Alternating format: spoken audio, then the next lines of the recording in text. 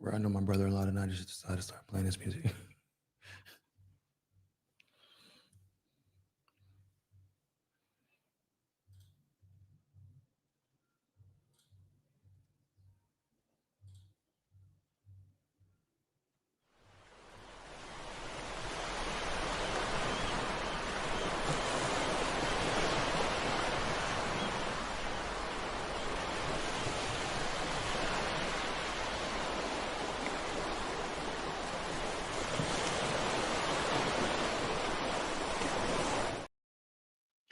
Welcome to the Jaybefaunt channel. I am your host, James Fauntleroy. It's so good to see all of you guys here on this Friday afternoon.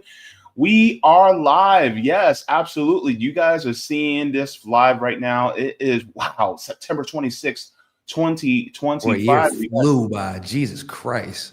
This year Yeah, flew it by. definitely did.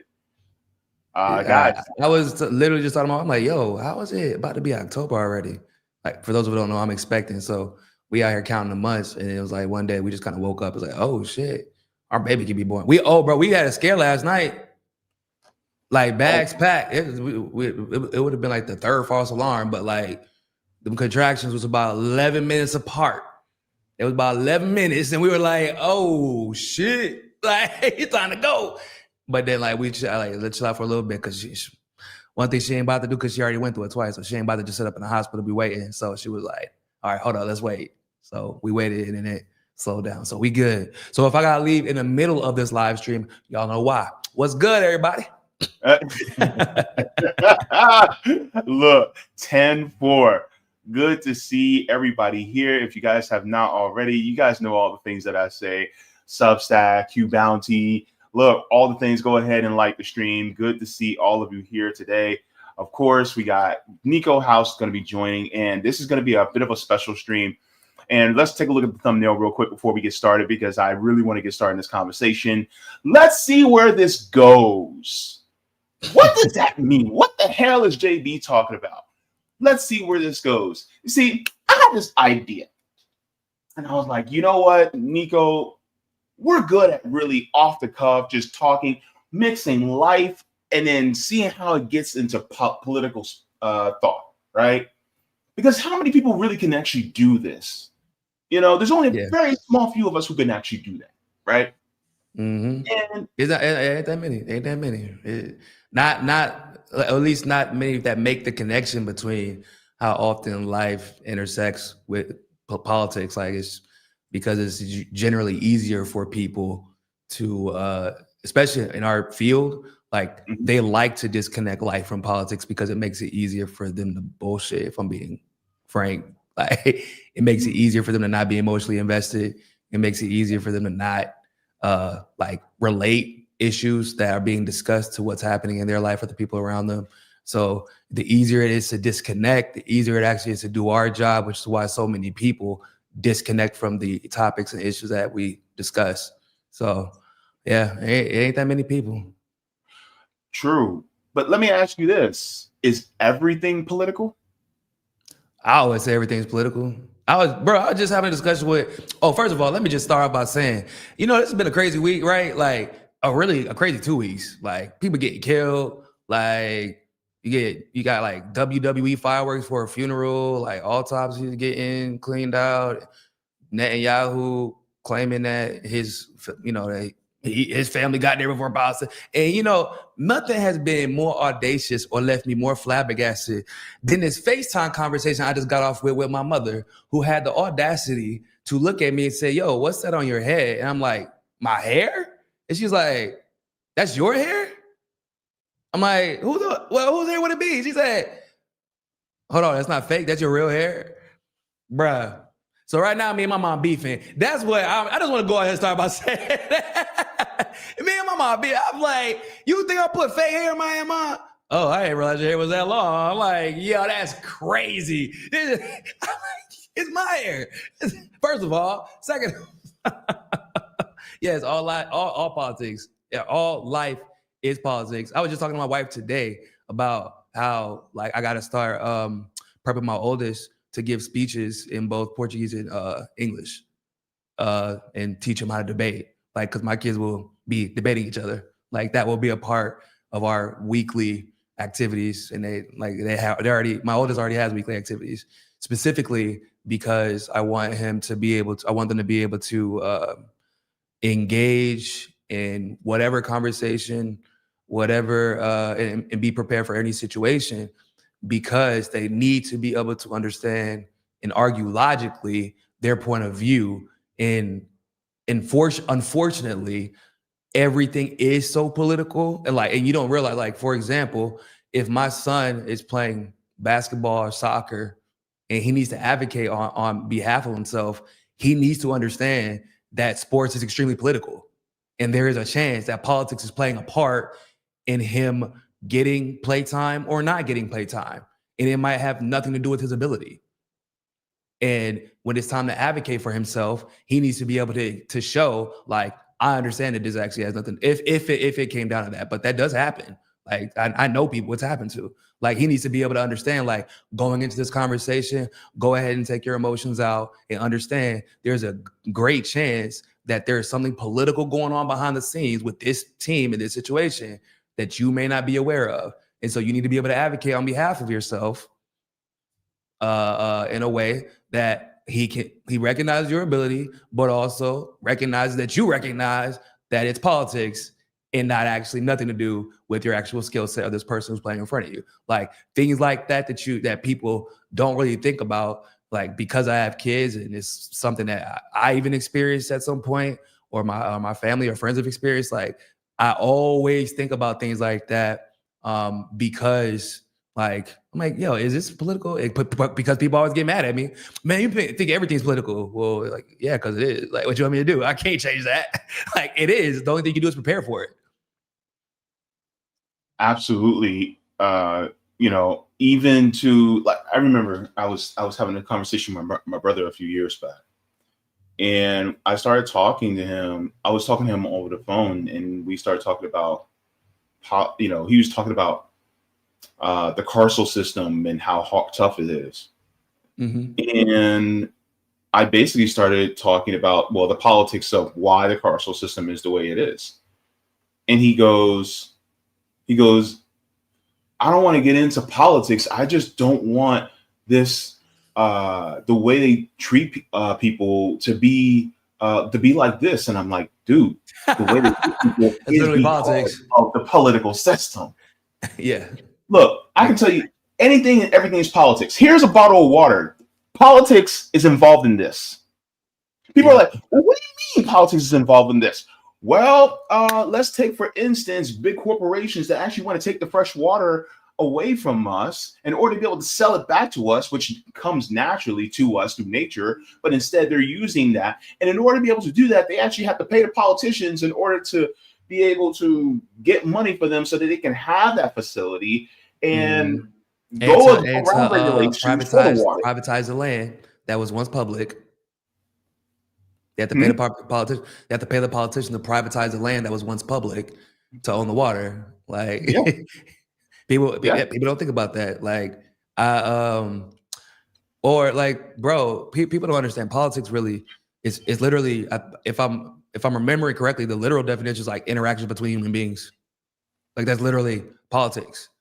And every situation you enter, you're engaging. So if, for example, if me, especially, I would say the first or second interaction that you have with an individual, right? And I may explain to you how it's politics, because, right, every political move, like in actual politics, you see this game theory, right? You see actions taken to see a reaction from an individual or a group of people, and then that person gauges that reaction and then reacts to that, etc. So the first time you walk in a room with the individual, you're trying to read them and they're trying to read you, and everybody stresses the importance of a first impression. Now think about a situation where now you've walked into a room for the first time, and there are two individuals who both know each other, but you're meeting both of them for the first time. Does that change the way you react? It does. It's a fact. It will. Yeah. Why does it? It shouldn't. If it's just like, oh, I'm just meeting two people for the first time. but it doesn't. You're instantly trying to figure out who you should talk to first. You're trying to figure out if you know one better than the other. There's a person that immediately takes interest in you, or you take interest in them. You have more in common with. You feel more comfortable. And that will literally that will affect the way you interact with that particular group or those two individuals potentially for the rest of your life, right? And it's like, but why is that? Because if all things are equal, nothing should it should just be, oh, I'm introducing myself and it goes away. There is something subconsciously that you recognize, because it's true, it's real, it's a real thing, that you recognize that I have to navigate this situation correctly, or it could turn out badly, or I cannot benefit. There's a way that I could benefit, even if it's just have a good group of friends. But I could lose out on a benefit if I do not navigate this situation correctly. That's politics. That's literally politics. Mm-hmm. You can't. There's no way you can't not talk. When they don't talk politics at the dinner table, so we're just not gonna talk. Because when you gossiping about your family, that's politics. Especially when your power imbalance is involved. Exactly. Exactly. We right here because it's a thing, and you don't realize how much power imbalances affect a familial relationship in the exact same way like it would in your job. Mm-hmm. It's true, bro. I mean, I live it. The situation with my wife's family, for example. Thankfully, I'm the most well off. We're the most well off. But then all of a sudden, there is an inherent responsibility that's thrusted upon her because of me that she didn't ask for. But there is no guarantee that if a situation was reversed, that there would be that expectation put on somebody else in her family. And she has, I think 6 brothers, in total 6 brothers and sisters, that she actually is close with. She's not the oldest. She's not the oldest son.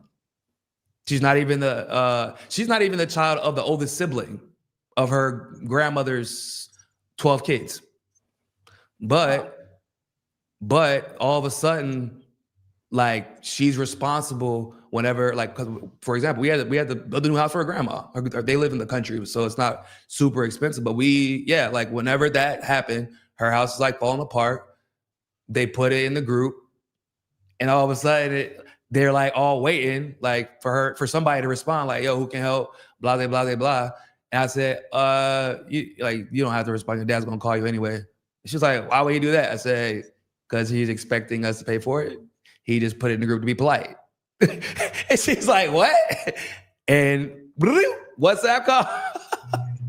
Why? But with that, now all of a sudden and I had to explain this to her too. All of a sudden, she's dealing with expectations on how she's supposed to behave in this newfound role of being the most powerful member in the family.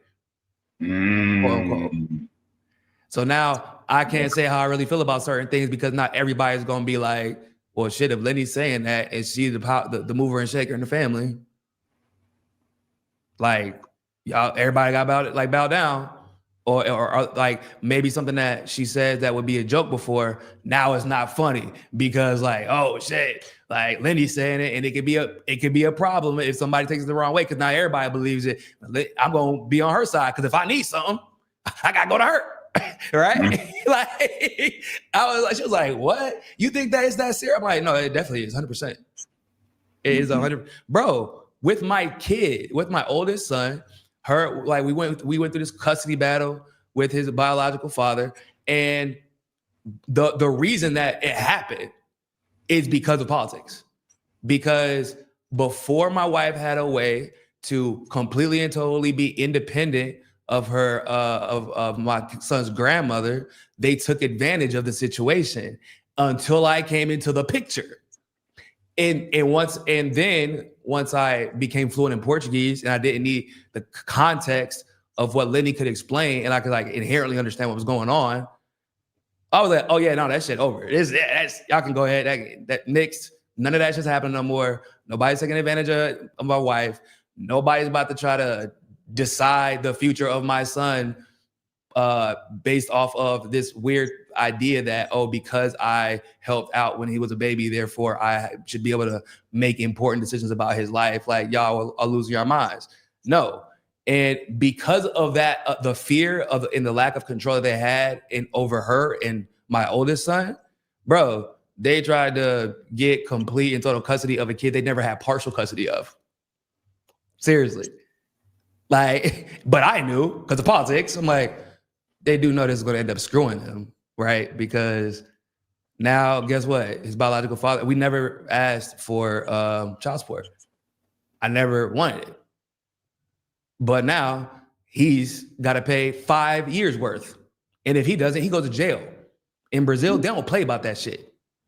But guess why? Because his dumbass tried to take us to court over because his mom made him, because he never even wanted custody. But because his mom made him do it, and his mom is a power broker in the family on that side. Got it. You see? And now, so if I want something, I got to ask her. So guess what I got to do? Whatever the fuck she wants me to. Politics. So I tell you, dog. Yeah, man. Sometimes it's not even, it doesn't even matter the gender or the age, because it matters about the type of person that they are. If they're more of a take charge type of person, if they're more of a dominant or an assertive personality, they usually are the ones that can command, what happens in the family. Patriarch and matriarch be damned. Oh yeah. Oh, because there's some matriarchs out there, bro. Oh, my grandma was a matriarch. She was the matriarch of our family. Like until her final day, until her final days, whatever she said goes. Like, yeah. I mean, everybody knew it like that on both sides. That's what's crazy. Like my mom's family knew what time it was when it came to my grandma. Like when they messed with my mom, like my mom's family, she had a weird relationship with them because unfortunately my mother died when she was 11. And so from that moment forward, it was like a strange relationship because my aunt never got along well with my grandma. And I found out later that my grandma was like the shit. Like my grandma was her. Like everybody loved her. And it was there was a jealousy issue that I had never been aware of, and my mom inherited my aunt's jealousy, like just because of her being Dolores's daughter. Like therefore, we inherited it. So they like started treating us like shit, and we never knew because we didn't meet other than my uncle and my cousin. We never met my mom's side of the family. We were like 15, bro, and my mom was like, and my grandma didn't talk to them. She was friends with my great grandmother to the point where I thought that was her mom. And I never knew that wasn't her mom until I was like 26, 27. And had no idea that they were friends before my mom and my dad met. I didn't know that until I was like 35.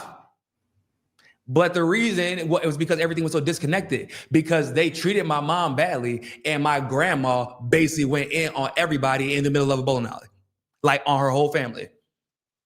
Yeah, like,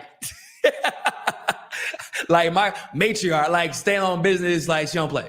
Nah, it is irrespective of gender for sure. Yeah, my grandmother was the matriarch of the family, and then she passed a couple of years ago, which makes her youngest sister the matriarch now. And after her is my mom.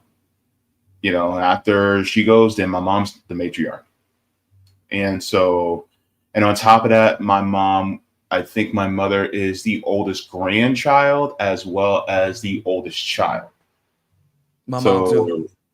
Yeah, so it's crazy, man.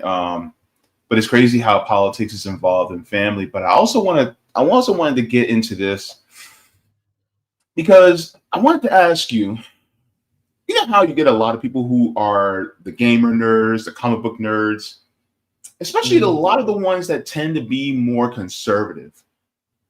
they get Yeah, or mad, at they least get at upset. least they pretend to be like, you know how that go. Yeah. A lot of gamers that were Mhm. definitely liberal, like all of a sudden found a niche in the conservative world because they're white and mediocre, and they become conservative commentators. That's a whole thing. There's a pipeline. That's a literal pipeline. If y'all didn't know. Yeah. Well, I mean, and then they get mad because they're like, "Oh man, everything has to have politics in it. I don't want to have politics in that. I want my games and I want my movies and comic books to be free of politics." Right, I And hate I'm this like, shit. "Bro, where have you been? Have you been Yeah, on bro, Earth?" I hate that so much, dog. Oh my god, you remember Loki? You remember, you saw the show, right? Loki, yeah. So remember, there was the scene where they mentioned the fact that he's bisexual, Yeah. and remember the outrage there was from them, and like from them acknowledging this. And I'm like, hold up, are y'all really mad about this? 'Cause I thought the outrage was like satirical, but then I'm naive because I'm assuming that everybody's as big of a Marvel fan or big as an MCU fan as me. I'm like, hold up, y'all are upset because they're staying true to the comics?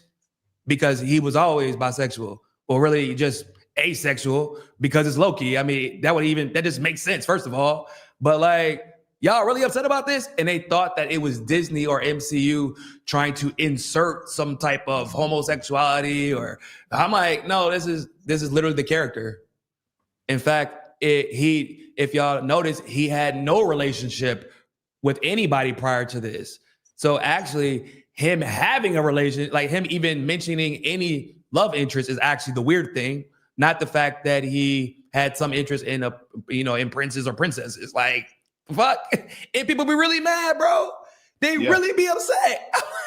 Yeah. I don't want that stuff in my, like, okay, so you just don't want to, like, I don't understand. Like, you don't want history? Because like every video game, if there's a historical context, there has to be politics involved. Right? Like, to be accurate. I Or you get a mean, situation like Call of Duty, where they tried to paint that situation. I can't remember which it was a Call of Duty Black Ops game, where remember wherever the US attacked. Oh man, I can't remember the name of the road, but basically it was a situation where the US attacked this convoy and they flipped it as if it was Russia who attacked the convoy in the game. It was like the whole situation was exactly the same, except for they flipped it as if Russia was working with terrorists and attacked the convoy, but it was actually the US. In real life, it happened in Iraq. It was the US that was working alongside terrorists and attacked the convoy. Yeah, like, but if I hadn't been involved, because I'm like, this situation seems oddly familiar, and it was. So like, you're going to consume the politics regardless.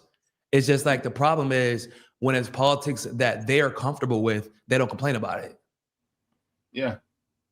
I mean, here's the crazy part though. Like, for instance, Super Mario World had politics in it. Oh, hold on. Please A elaborate. kingdom is a form of government, right? King Koopa, Princess Peach. Yeah. Like, there's politics involved in that. Yeah. So there's politics involved in that. I mean, look at one of my favorite video games of all time. It's called Final Fantasy VII. Oh, but oh my God, that whole game is, bro. Every time I go back and replay that game, I'm like, yo, this game is way more political than I thought it was last year when I played. Way more. Way more. Bro, To the point where that's just a whole environmental terror. Like, bro, it's just all like anti for politics. Yeah. Bro, Final Fantasy VII is crazy. Like, the fact that it was like what I love about Final Fantasy VII is the fact that they were able to somehow roll in so many so much political theory. And like, at the time, in the 90s, people don't realize quote unquote eco-terrorism was like a big thing. Like, I don't know if y'all know the story about Kim Iverson being put on the flight, like she was put on the no-fly list because she wrote. Yes, this is a true story. She told it on our show before. She wrote like a piece like in school. Like, she was a kid when this happened, and because of that piece when she was living in Idaho, like it like somehow got into the government's hands, the state government's hands, and she ended up on a no-fly list because they consider her an eco-terrorist. So in the context of Final Fantasy VII and when it was released, the fact that that whole war like being fought over Mako, they were farming and destroying the land, and they were trying to consolidate power, all that good stuff, and the soldiers were being manipulated, and like that's the whole story, right? A fucking soldier goes crazy because he found out he was fucking manipulated. Mm-hmm. Like, bro, that's like, it's still to this day probably the most popular Final Fantasy game. They remade it, I don't know how many times, and they've done so many spinoffs because of how dope it is. And like, it's just a political RPG. Yeah, it's completely political. And then on top of it, the thing is like it talks about how a mega corporation literally takes over the government, right? You have the Shinra Electric Power Company that takes over the government, and they also lead imperialist war against a country called Wutai in order to be able to build their Mako factories, which, if we wanted to make it into real world, it'd be oil rigs, right? All over the world, and so that they can keep extracting it for profit. And then on top of that, the indigenous genocide where the Mako actually comes out more naturally so that it saves them money. And then on top of it, and don't forget about the genocide that they committed against the indigenous people. Like, they casually threw into the video game. Yeah. Like, what? The genocide that they did in Corral against Barrett and his family. Yeah. There you go. Like, because then they created an eco-terrorist in Barrett Wallace. They also created Sephiroth, because without them doing the imperialism that they did around the world, they wouldn't have had their soldier program, which also gave birth to Sephiroth, which means that he became the big bad of the entire game. So if it wasn't for Shinra, Sephiroth wouldn't exist. Basically.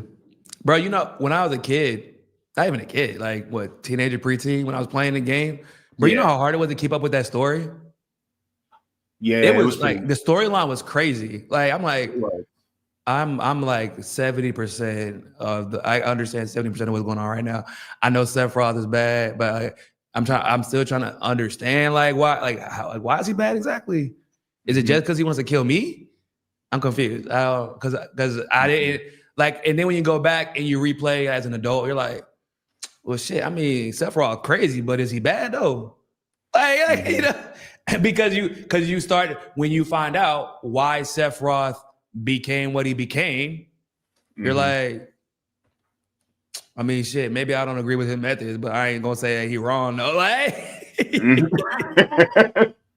right? Because he's like, y'all destroying the fucking planet, like, you destroying the mom, and like, it's.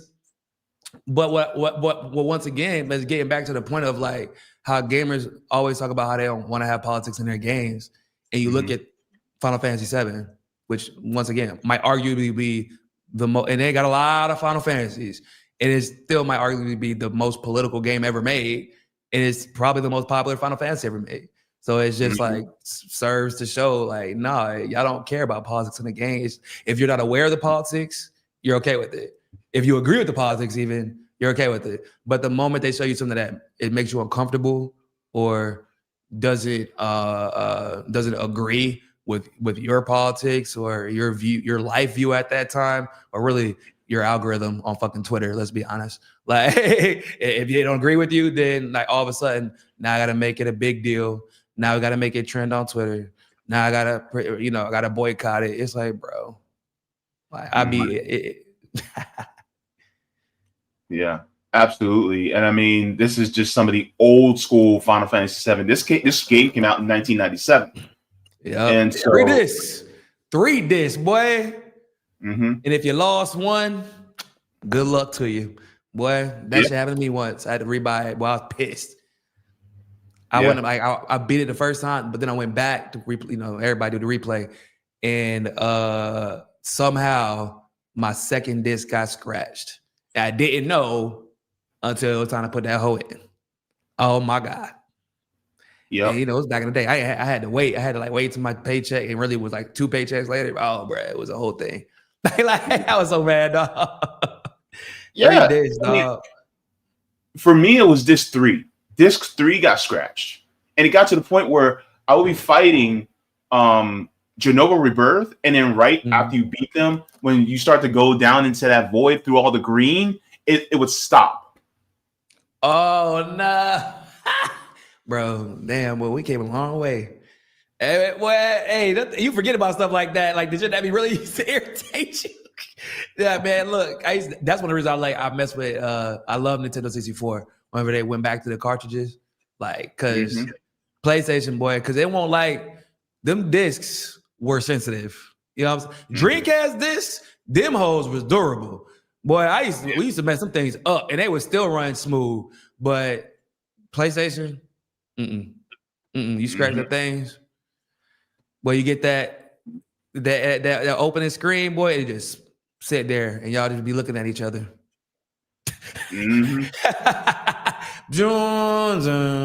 Oh, so you're just not gonna load up? All right. Every day, every time you load it, you ever scratch your game, and you know sometimes it works, and other times it don't. So every time you put it in, it was always like a waiting game. It was for the PS2. And you like, oh man, I hope today's gonna be one of the good days, because that shit was gonna set the standard for the rest of your day, bro. Yup. I'd be like, wait, you waiting for the PS2 to go, woo, and you're just waiting. You're just like,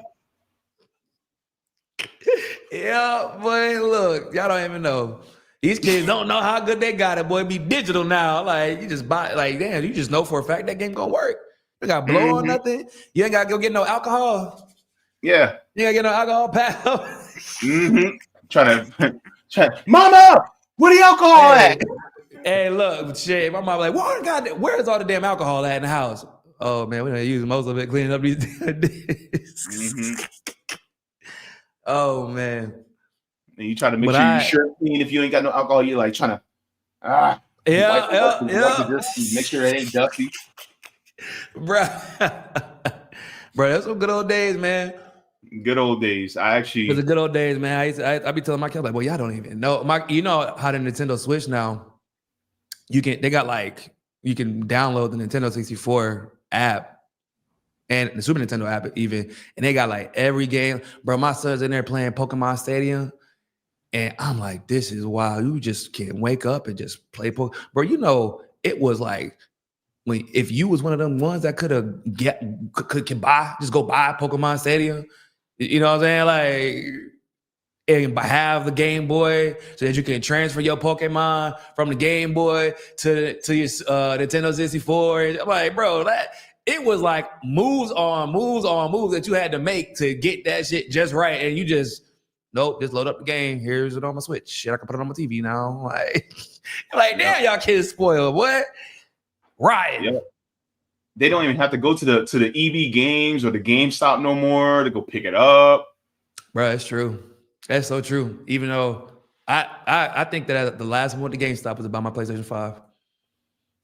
The last time I went, because back in the day, they was jacking up them prices online, dog, for the PS5. Lord, baby Jesus, they was going crazy.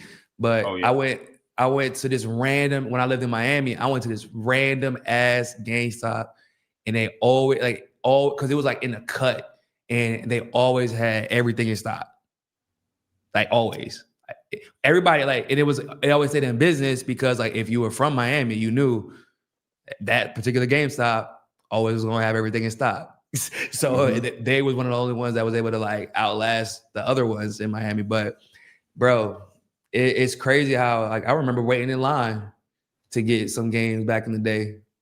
Like, I remember, like, and it was worth it too. I've never regretted it. I've never, ever regretted waiting in line to get a video game. Never. Bro, because I be thinking about, like, when I go back and play them nowadays, though, it'd be funny. Cause I be thinking, damn, why do I love this game so much? I mean, I like it still, but it's like, oh shit, it's because I used to play with my brother. Like, because it was like we were both waiting for it, and we used to play all the time together. And have the stories that I have with the game or with my brother. So it's funny thinking about like why you like something at the time and going, like, for example, swimming. Like, if you ever just got into a pool by yourself, Jay, it ain't really the same like when you was a kid, and you be thinking to yourself, how the fuck was I just in this pool just having the time of my goddamn life by myself? That happened to me. You ever think about that? And I was the only person in the pool because I'm trying to get my laps in.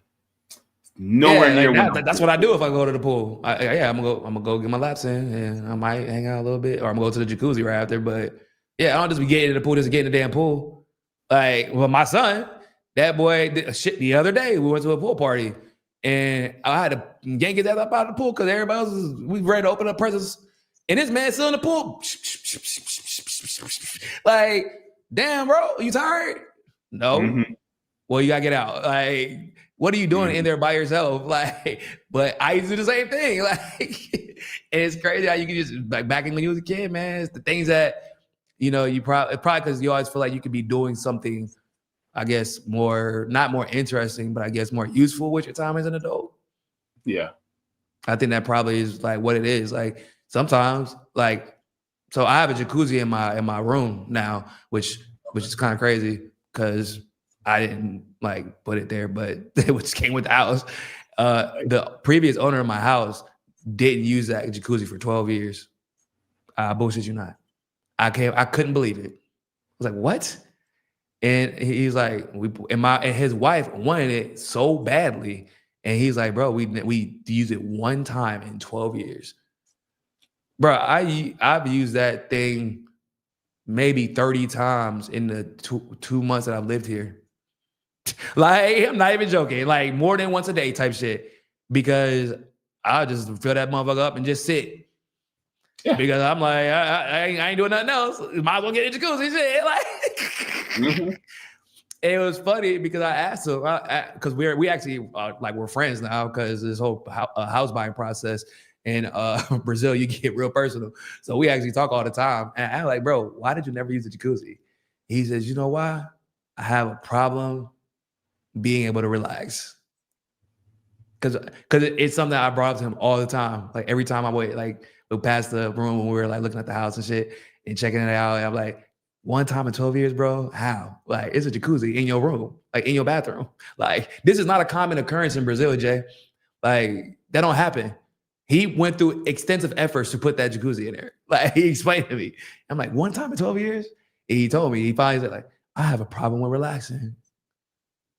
He's like, because the shower is right by the jacuzzi. He's like, every time I thought about getting a jacuzzi, I felt like it was more expedient to get into the shower. Yeah, I was like, bro, that's a whole ass like therapy session, ain't it? Like, you know what I'm saying? But isn't that conditioning from the system that we live in? And it's not just the United States, but it's many countries around the world. It is, but it is also unique for him. It's that is a him thing, definitely. It would probably him and a little bit of his wife, but it's not a Brazilian thing because they don't got a problem relaxing. They don't they will relax. However, he works principally with foreigners. You know what I'm saying? Like he works with people from the US. That's his primary clientele. So like Brazilians from the US, but like they're still Americans basically. So he's running on his mindset is set like in the US basically where he's always on the run.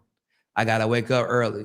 I gotta be up before my clients because they're gonna want this ready. Da, da, da, da. So like he adopted that same mindset and he even talks fast like that as well. So I'm like, yeah, boy. I said, damn, boy, you damn near more American than I am. The way you be like running around, even during the moving process, bro. Like it took longer than it should have because he didn't want to take any days off to move. And I'm like, this is a guy he built this house. He lived in it for more than 20 years. His kids are raising it. All his entire life and some of his family stuff is here, bro. Like take some days off and move your damn house. Like, and he wouldn't do it. He's like, well, what if something happens? Like he could. I'm like, bro, that is so American. It's the most American shit ever. Like, because I would, if I was in the States, I'd probably do the same thing. Like, wait until you get off at 7 p.m., get the rental truck and try to knock everything out before 1 a.m., like, type shit. Yeah. And I was like, dog, you need to learn how to relax. Because I had to learn, that is something that I had to learn when I moved to Brazil. For real. Like, because I didn't know how to relax. Shit. to this day, I'm still learning. Like, but I remember talking about conditioning. It's true. Like we're conditioned to believe that you have to earn your rest. Right? Like you have to put on a show to show how much energy that you've expended to prove that you deserve the rest that you're about to engage in, whether like even to sleep. But you're not really resting to rest now. You're resting to recuperate energy to put on the show again tomorrow. Yeah. And otherwise, you feel guilty for resting. That's true. That's one of the things that I think also leads us to have so many instances of hypertension and heart disease, things like that, because we're being pushed beyond what we should be for the sake of billionaire profits. And one of the things that it angers me when I think about it is that, number one, we're not built like that. Number two, your worth is like the worthy of being able to actually rest. It falls on whether you have enough and have enough economic value to give excuse for rest. Like, for instance, somebody like an Elon Musk or a Harlan Crow, they can stop working for the rest of their life and just do nothing. And people won't give a damn. They'll just be like, hey, well, they got the money. Musk damn near do nothing, don't he? Like, he be pretending like he working all the time, but I swear to God, you can't be on Twitter as much as he do and work as much as he claims he does. I promise you that shit. I promise you. Let's be real, okay? This is the more you know moment, all right? Just like they do on NBC. For anybody that's watching who never watched this program before, let me tell you something. Billionaires, they are like, oh my God, I love to work. They ain't working hard. You're working harder than them. 100%. Trust me. Yeah. You're not. Yeah, billionaires. He's sitting on his toilet or on his bidet while tweeting all day. He doesn't even take care of his own damn kid. He probably got a nanny to take care of his kid. Yeah, which is by the way kind of like weird actually for a billionaire like Elon, because this isn't like our artist, right? A musical artist is a little bit tricky because sometimes the creative process can actually take months. Like when you are trying to do a project and you're trying to lock in, there's a mindset that you get in that may not allow you to fully engage, which is why some artists wait so long to have kids. This isn't like that. Elon's not a fucking artist. He's a con artist, maybe, but he's not an artist. This is a man who wakes up and basically his billions are automated, right? And he can't take care of his kids. Like the one kid that you see around is a goddamn menace, right? Like it's obvious, like he don't be really engaged with his kids to the degree that he should be. And it's funny that ever since he stopped taking part in Doge, all of a sudden we don't see pictures of him and his kid being flown around all the time. You peep that, like, because that was part of the image that they put on for the administration. But really, he don't be with. Like for me, however, I work a lot, but like for me, I had to actually I had to basically have a conversation with myself to determine, like, okay, you can make more money, but is it worth the time that you're going to not spend with your kids? Because that was where I have that conversation with myself every day, actually. Like, you can make more money, but is it worth the time that you're not going to be able to spend with your wife or help her? And I decided, oh yeah, no, I do not need that money that much. Mm-hmm. It's possible I could buy them more stuff, but like, what the hell is that worth? Like, if they don't have me around to enjoy it with, like, if I can't instill values in my children, if I can't alleviate some of the stress from my wife, if I can't spend time with my wife, like, why do I want the money then? To give it to them to go do stuff while I'm here working? That's stupid for me anyway. Plus, I love spending time with my kids and my family. So like, when you get to a certain point, you have to ask yourself, like, is a cost benefit analysis of you making more money versus like sacrificing time with your family actually worth it? And like, fortunately enough, I was able to get to the point where I like realized like, no, if I have to give up more time with my family, like I'm at that point, like, no, I prefer spending time with my family.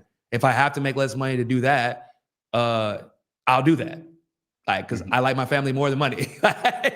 I like being able to take care of my family, but I like my family. I'm like, which was a weird conversation because I grew up poor. So that wasn't a decision that my mom got to make for herself.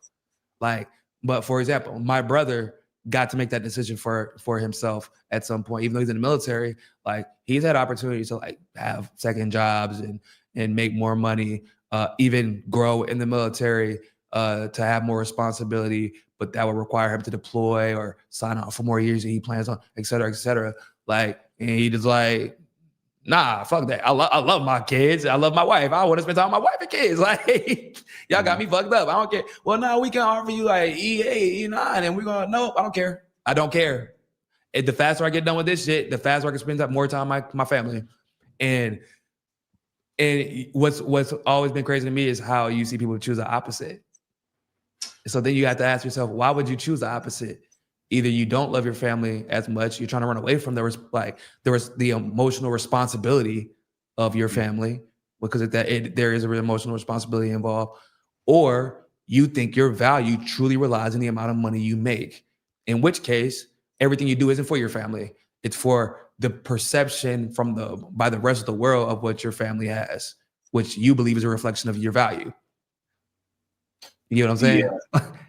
I think that's also kind of a misdirection when it comes to almost like a love language, right? It's like, well, I work and I provide for you, so I love you. But the thing is that doesn't, the materials are only somewhat of a manifestation of that love. It's not a complete and total. And you have to acclimate to the love languages of your family members as well in order to be able to do that. But the problem is a lot of us don't do that. And then on top of, think about it. Yeah. And then on top of that, I'm be real. Some men don't like their family. They love their family, but they don't like them. Some men, you can make an argument most men don't. I didn't want to be overly. I didn't realize how much that was the case until I became a dad. And like, for example, I played when I don't have time to do it anymore. I had to move. I play with a different group now, but I used to play every Monday with this group of older guys, like 45 plus, that are like pretty, pretty well off. I didn't realize until later because of the guy who invited me. Like, his group of friends is pretty well off. And like, bro, when I tell you that they like were ready to get to the field to the pitch every Monday for 3 hours, and we played soccer and had a barbecue, and they'd be out there till like 12 a.m., 1 a.m. I did not do that. I would play until like 9:30 at the latest. And I was trying to get home to my damn wife. And they was always asking like, why was I trying to leave early? And they thought that was because of them. And I was like, no, fool, I'm trying to get home to my wife. What you mean? Well, no, but like, was she gonna be mad? No. I like being with my wife. I'm confused. No, but like, you can stay. Like, you know what I'm saying? Like, if she's not gonna be mad, then you can stay. No, I'm choosing to return home to my wife. Like, I like you guys, but I like her more. What the fuck? Like, and they like, bro, they looking at me like I'm crazy. Like that, it was, bro. Like, I started to realize, like, as I talked to more people and I started to become more aware, like, because through your experiences, you started to perceive things differently. Because now I have a different set of eyes. At first, I just had the eyes of Niko. Then I had the eyes of Niko married. Then I had the eyes of Niko married with kids. And those are three different experiences and three different perceptions of the world. And you start to realize, like, y'all motherfuckers really don't like your families. Holy shit.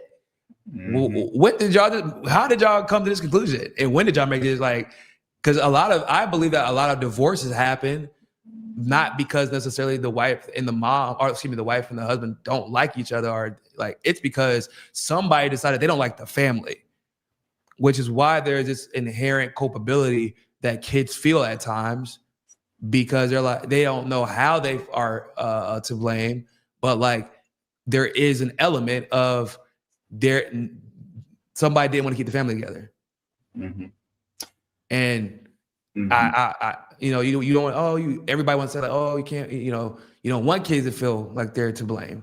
But like a lot of the times, a kid being involved and now there being a family unit to consider is actually a part of the reason a divorce happens. It's not the kid's direct fault, but like now there's a financial responsibility. Somebody is up upholding their end of the responsibilities, whether it be financially, emotionally, taking care of the kids, spending time with them. I mean, there's a lot involved with having one. Just one added changes everything. Mm-hmm. And a kid is subconsciously aware of that because everything to some degree revolves around them, right? Especially if it's just an only child. It's true. You know what I'm saying? So like whenever two parents decide to split up and there's a kid involved, how's the kid not going? Because y'all were together before I fucking got here and now y'all are not. Yeah. What changed? Yeah. Let me ask you this. Even think about it. So think about it like this. All the shit. So say if dad was fucking around doing whatever, like I say con certeza, like most certainly he did not start that after I was born. Right? Like, but you were willing to put up with it before I was born. Mm-hmm. So what changed? Mm. Or if you weren't doing that before I was born, why did you start doing that after I was born? Mm. What changed? Mm-hmm. So how is a kid not going to feel like they're culpable? Like there's no way. Like because to some degree, their entrance into the dynamic had some effect on the outcome of the marriage. And That's so true. going back to your point, yeah, there's some guys, unfortunately, and some women, by the way, but it's mostly guys who just do not like their families, even if they love them. Part of that also, and here's the political aspect of it. Some didn't want to have a family in the first place, but because of certain religious beliefs and political beliefs, they had to have the kid in order to be able to not, be ostracized from the rest of their social circle. So then they have the kid, and now they have a kid that they don't like. And they also were with a person that they don't like that they had the kid with. So therefore now, and then they married that person. And now they're married to somebody they don't like. They had a kid with somebody they don't like. The kid reminds them of this person that they married that they don't like. And so now they're like stuck in a situation and then next thing you know, they're like, oh, well, they fall out of love or they get with somebody else because that person is actually more congruent with them as far as their heart and emotions are, and then the person gets mad at them for cheating, and it's like, well, y'all shouldn't have got married in the first place. In fact, y'all shouldn't have got married in the first place. Exactly. That's really what ends up happening. That's one thing. Like I've been married twice. So my first time being married, I didn't have a kid with her, and everybody was surprised because like everybody knew I wanted kids. Everybody in my family was surprised. And I was like, unfortunately, I can't have kids with her. They were like, what? But you married her. I said, yeah. But because of the situation, and it wasn't necessarily her fault completely, like, because there was some mental issues that she had to take care of. But like I understood her capacity or lack thereof to take care of a child. Yeah. Right. I knew she didn't want to admit it. Nobody wanted to admit it, but I knew, like, because I'm the son of, I was thinking about it, what movie was it?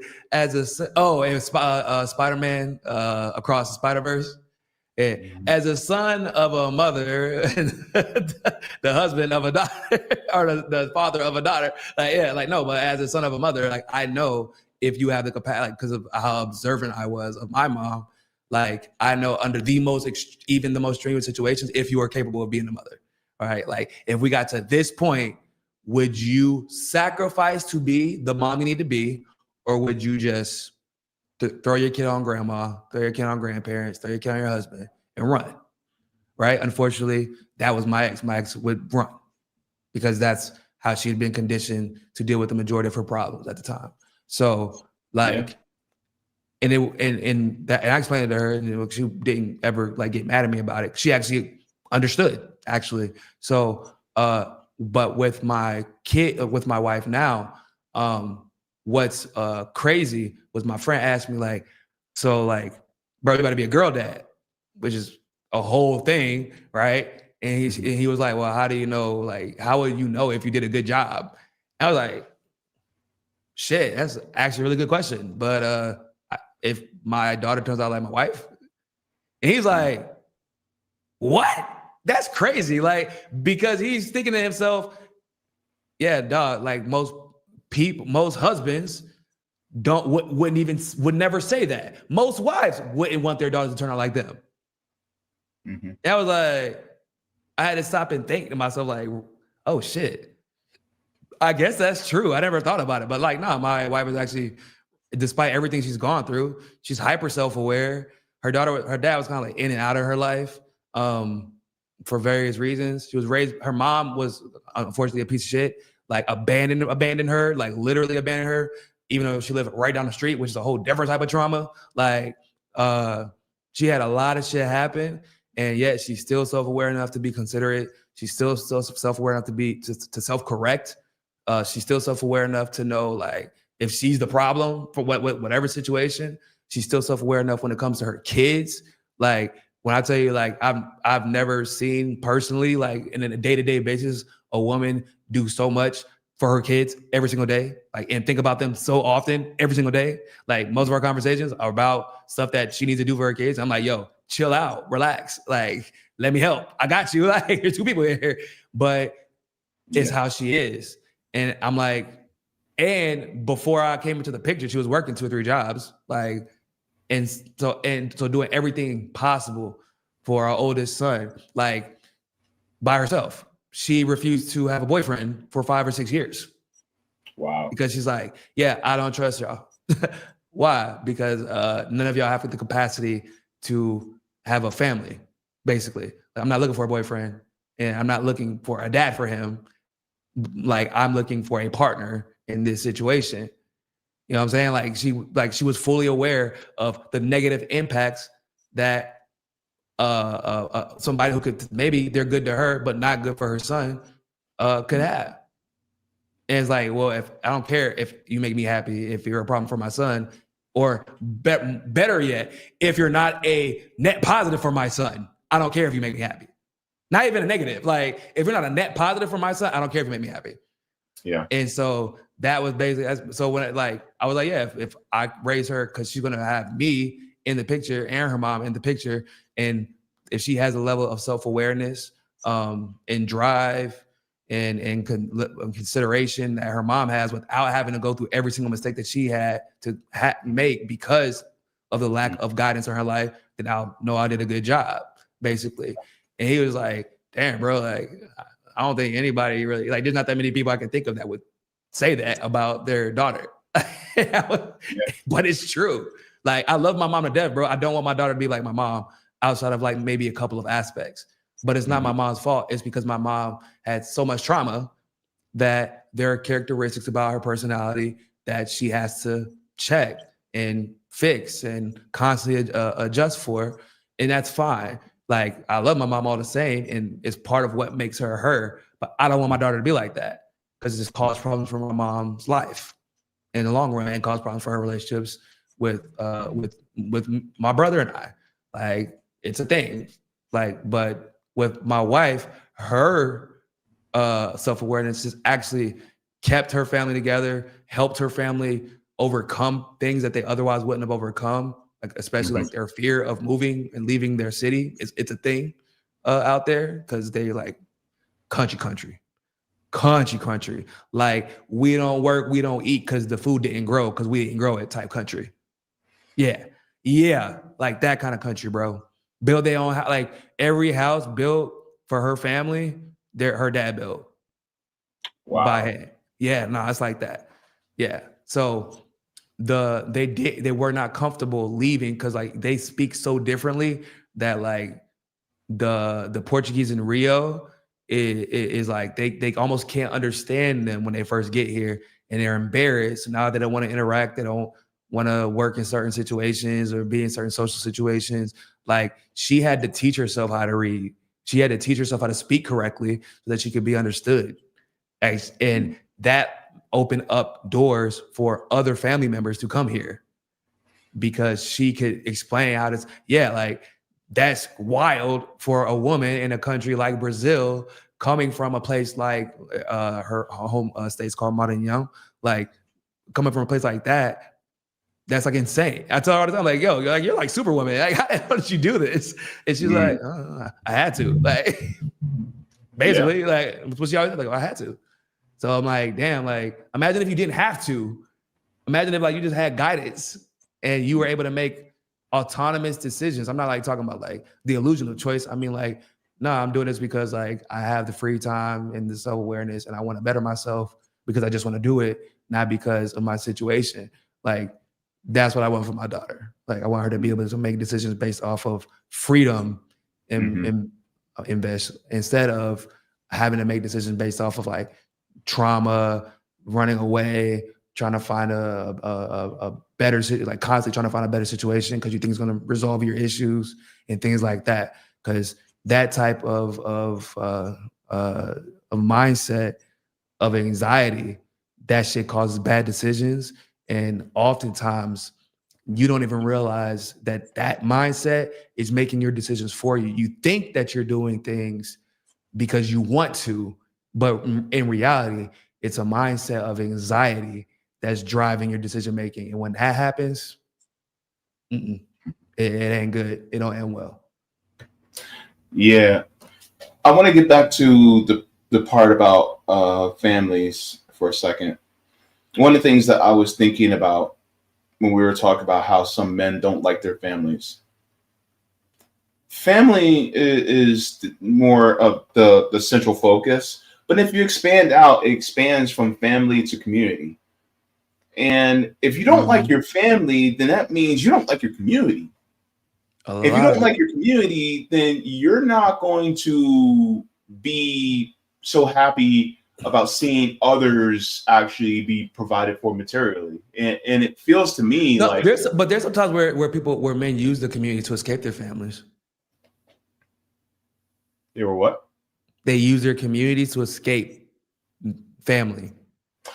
That's true. That's true. That happens a lot, actually. So there are times where, like, if you don't like because there are situations, especially if you've ever lived in a military town, you'll see that sometimes where the guy doesn't like their family, nor do like anybody associated with them. So whenever everybody comes over, they're in another room, they're not talking to nobody, they're in the corner somewhere. But then there's everybody knows that guy who is when everybody else is with their family at the barbecue, this motherfucker's always by himself and their family at the crib. You're like, bro, where your wife and kids at? Shit. I'm here with Henitha. I'm here with Henitha. Hennessy, in case y'all curious, is what that means. I'm here with Henitha today. It's true. Like, they show up with the case and they don't see their family till the next day. Like, everybody knows about like that in the military. So I've seen it both ways. Got it.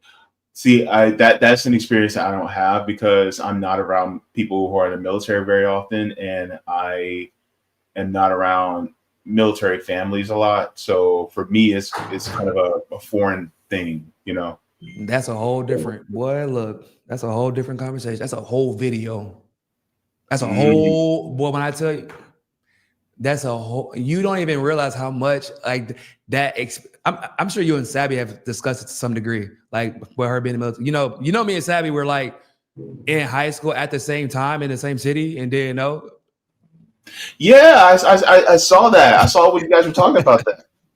Yeah, like her high school like down the street from mine. That just was crazy. I'm like, yeah, that's so wild. But yeah, man. One thing that I learned was like being in a military family, you get to avoid a lot of shit, especially special forces families, because what ends up happening is the problems that you have. All of a sudden, the person deploys 6 months later, and you never resolve them, and you're so happy that they came back home You never addressed the problems that you had before they left. And then the problems start again. And then they deploy again. But everybody making money, everybody and the wife spending money, so nobody complaining. As long as dad gets to buy his toys when they get back, it's cool. Bro, I see this with Special Forces family all the time. 22 years, 23 years that go by, the wife and the husband don't even know each other. Oh man. The husband doesn't even know his kids. How could you? And I remember watching this growing up. I used to see all the time growing up. And I thought, I know I was the only one perceiving it. I know I was, because I actually had a conversation with my mom about this recently. And she was like, yeah, that happened with your aunt and your uncle, actually. Like, that's crazy that you brought that up. Because my uncle was Special Forces and he was high ranking. And so he was always gone. Like, I can count on my hands how many times I saw him growing up. This motherfucker was always gone. Wow. And everything looked cool. Like, they got along well. But then when it was, I got to be with you all the time, when he retired, because now I'm dealing with retirement. So this is a man who's used to being on a fucking adrenaline high for 6 to 8 months out the year. And so now I got to turn down from 100 to 20, retire, and expect her to know what I'm dealing with when she doesn't understand anything that I've dealt with. I've been shooting motherfuckers and getting shot at and seeing people die. Wow. And Lord knows there's this whole moral dilemma that many Special Forces people are dealing with now, because they understand their role in the empire, and they're not. They're like, oh, I was a fucking bad guy. So there's that, because that's happening a lot. So now, yeah, it's a thing. It's a whole thing now, bro. Because I've had this conversation with my friends' dads and shit, and they're like, bro, like, and because they feel comfortable talking to me about it because I was in the military. So like, they're honest with me, because I know I'm like, yo, bro, like, you can vent, like, I'm not judging you, because I understand the lie that you were sold, because I didn't believe it, but I was sold the same lie. So I understand how easy it is to want to believe it, especially when now this lie is the only way my family has all this. Woof. Like, Woof. So Woof. yeah, the whole thing, bro. Yeah. You get that's like being a child of a drug lord, but you don't know your parents are drug lords, and then you're so due to our age, they got the brand new PS2, PS3, you got the ATVs. You got the brand new, screen TV in the that's house, really what it was. Stuff. My guy, that's literally what it was. Everybody knew, like, that kid who showed up with the new Mustang to sophomore, junior year. That kid that always had the new dirt bike, always had the new video games, always was fresh as hell. We knew your dad was Special Forces, and everything looked copacetic. Everything looked straight, right? Until like 5-6 years later, you're like, whoa, your parents got divorced? What the fuck? I thought everything was good. Hold up, you don't even talk to your dad? Like, what? Like, what?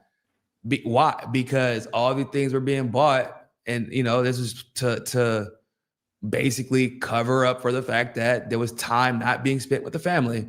And every time that there are problems that would arise, you just buy some. With what I'm saying? Like, it's with blood money, though. That's the crazy part. It is. Yeah. Oh my God. And what's even more fucked up is that the kids go into the military, like, oh shit, look what the life that this could get me. And they find out after the fact how problematic it was, because their parents never discussed it with them. Ooh. They find out the hard way. Yeah. So there's that, like, yeah, there is a whole, bro, the dynamic in marriages for military families is nuts. And like my dad was in the military, got out early. Got out early. My brother's still in. Like, so I got to see it. I have family who's Special Forces. I have family who's high ranking. And my best friend's dad was one of the highest ranking Special Forces medics. Like, so I got to see everything from like, and I was at Fort Bragg. Like, I got to see all of it play out. in front of me. Like that's how I knew that we were in Libya before a lot of people realized, because my uncle would come home with money from Libya, with currency from Libya, like rugs from Libya, like in the 90s. He was special forces. Yeah. Like, yeah, bro. They had them motherfucking rugs hung up like in the garage from Libya. Yeah. So it, yeah. It's, you know, like when I went back and actually re-thought about like, oh, is that why he used to be so damn quiet? That's why he was so quiet. Because what is he going to talk to us about? He has no idea what's going on in our lives. He's deployed 6-7 months out of the year. And he thought he just didn't like kids. No, it's, I don't know what the hell's going on. I don't know what y'all were doing when I was gone. I don't know how you're doing in sports. I don't know how you're doing in school. I'm not a part of your day-to-day routine. I'm actually an impediment. When I come here, everybody else feels uncomfortable now because I just inserted myself into everybody's life. You know, and really, he's a stranger in his own home every time he comes home. That's because everybody's living their day-to-day life, and you just got back from shooting motherfuckers. Like,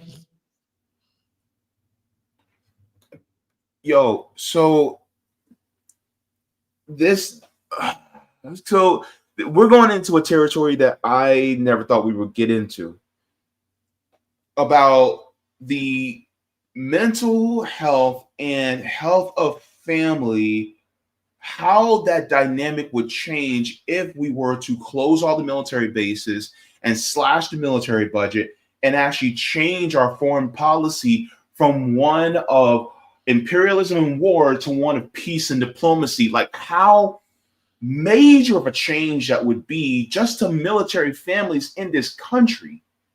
oh man, it would be, well, you have to put some therapy on that, but yeah. Well, No, yeah, it would be, of course. and you would have to have like hard conversations about the role that they play, like, because it's not just, you know, them being in the military. It's like you, when you have painted an image of yourself and built an image of yourself for so long, like, bro, we know teenagers who like pay images of themselves and like they can't let go of image they paid on themselves from 2 years ago because they think that they're the good guy and they're the hero of their own story and they're like not the villain. Imagine literally the world has been telling you forever that you're the hero of the world. Yeah. And your family believes that. And your kids always believe that. And everybody, when you come home and everybody's giving you discounts and shit. Like, you know what I'm saying? Like you getting paid extra to believe, like you getting tax-free money to believe that shit. Like, now I got to accept that everything that I've had, everything I've bought, and the sacrifice of the time that I've made, I did all that, and I was a villain, actually. So now there's this like inevitable lash out period that happens. It's like that is a huge part of the PTSD. It's not the gunfire and the bullets flying. It's I was actually on the wrong side of history the majority of history, and I didn't know. And I'm sitting here enjoying everything that I have because I partook in the empire, and I thought I was wise enough to know that I was on the right team because I bought the propaganda, and I was not. That's a hard thing for a human being to accept, like not being in the military, like when you realize that you're the villain, when you realize that you're the problem, when you realize you're Taylor Swift. So the problem is me. Yeah. Mm-hmm. Well, I want to ask you this. So remember Captain America: Winter Soldier? Yeah, of course, man. Of course. That movie go hard shit. So I'm really doing this for the audience because I know I know. Yeah. But my question is, remember that part where Steve and Sam were talking, and they were basically saying about how when they got home from tour, that they said the bed was too soft. Yeah. Oh yeah, for sure. And so is that the same thing? Like, I'm too comfortable. I shouldn't be this comfortable because of what I did. So the interaction, really the whole military thing, the military theme behind Captain. So I feel part of the reason they went so hard on the relationship specifically between Sam and Cap was because like obviously with Bucky, like the whole Hydra thing kind of like took him out of the military indoctrination fold. Mm-hmm. So Sam only got out of the military by choice, right? Cap was still, you know, being a part of SHIELD, he was effectively still a part of the military. Like that's why they called him captain, not necessarily because of his name. Like they actually, his rank was still captain, right? He was commanding strike teams. So the reason that they made their relationship like what it was because of their active choice to still take part in that machine. But then they also both made the active choice to say fuck the government simultaneously, right? Mm-hmm. When they realize, oh shit, no, they're on the wrong side. Now we both have to make the choice to buck the system, and being in being deployed for the military and like being in uncomfortable situations and stuff like that, I think was something like that they bonded over. It was like almost in a vacuum. Like, yeah, we're both soldiers. That was what it was meant to convey. And they did it again. So I don't know if you remember how Sam, like in Winter Soldier, Sam was like leading the group, right? The group meetings for soldiers with PTSD. Yeah.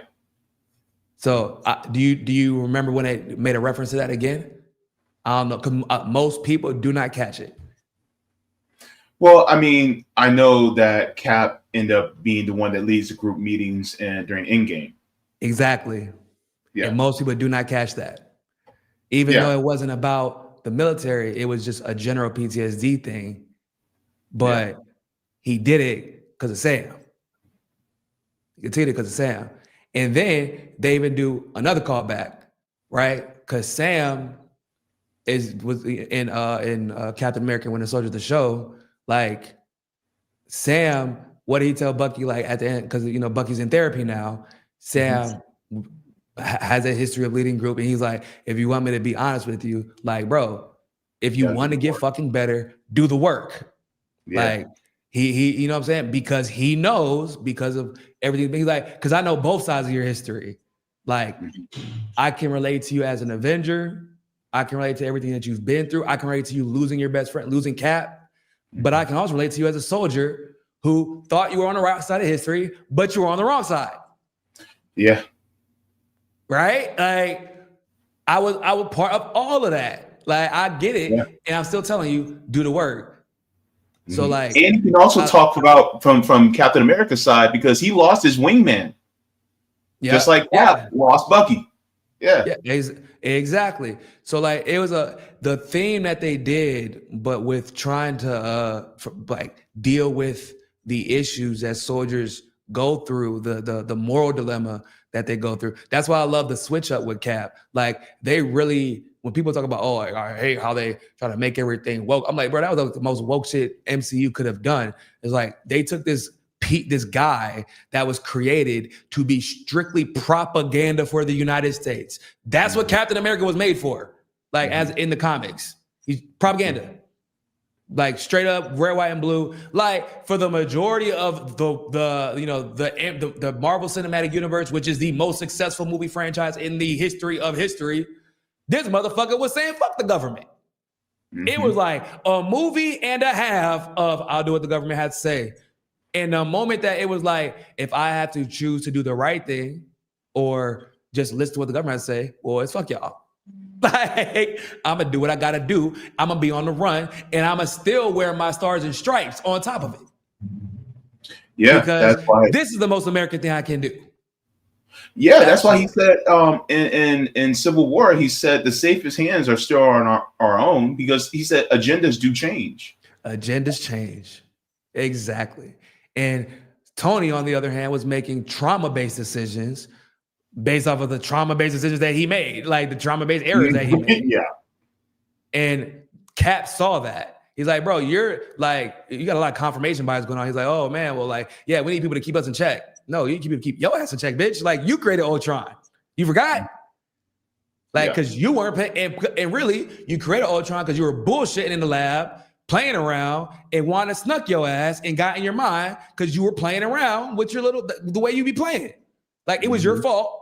Like, the funny part about Age of Ultron is like the same theme as, to some degree, as the first Spider-Man movie, like out of the MCU, which is everything in Age of Ultron is the Avengers' fault. Like, yeah, people died, and it wasn't because Ultron was made. It was because Tony Stark created Ultron. Mm-hmm. At the end of the day, right? So, like, yeah, they saved the majority of the people of Sokovia, but the only reason that the problem was created was because of Tony Stark, right? And with Spider-Man, like, the theme is like that whole first Spider-Man movie, like, it's a whole coming to age thing more than a superhero movie, because every problem created in the movie basically is his fault, because Tony already had it all resolved. Mm-hmm. And he just didn't want to add that, because I got to show Dad that I can do it myself. Mm-hmm. That was funny about that shit. And it's funny because Tony's trying to show him, like, don't do shit like that, because that's something I would do. And I'm trying to tell you, don't do it, because I already learned from it. Yeah, I remember Tony Stark said, because I want you to be better.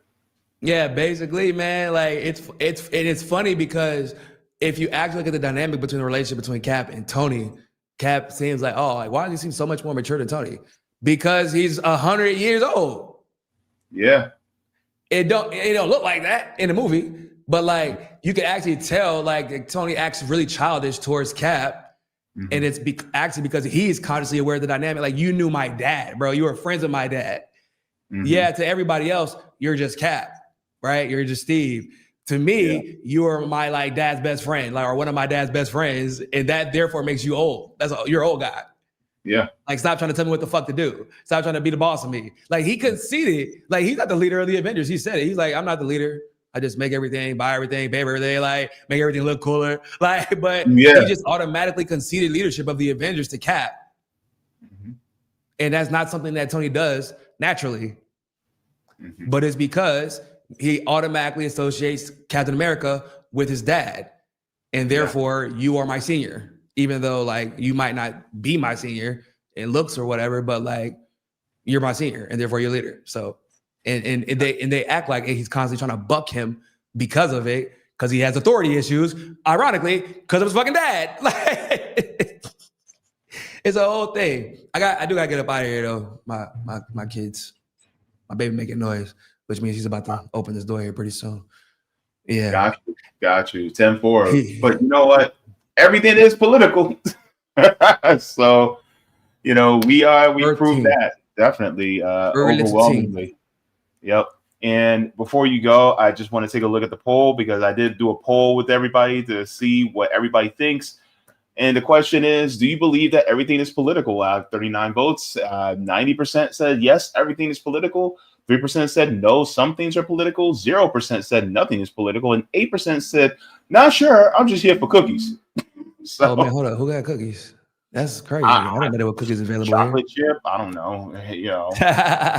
Raisin. I'm curious. I really do want to know what people think isn't political.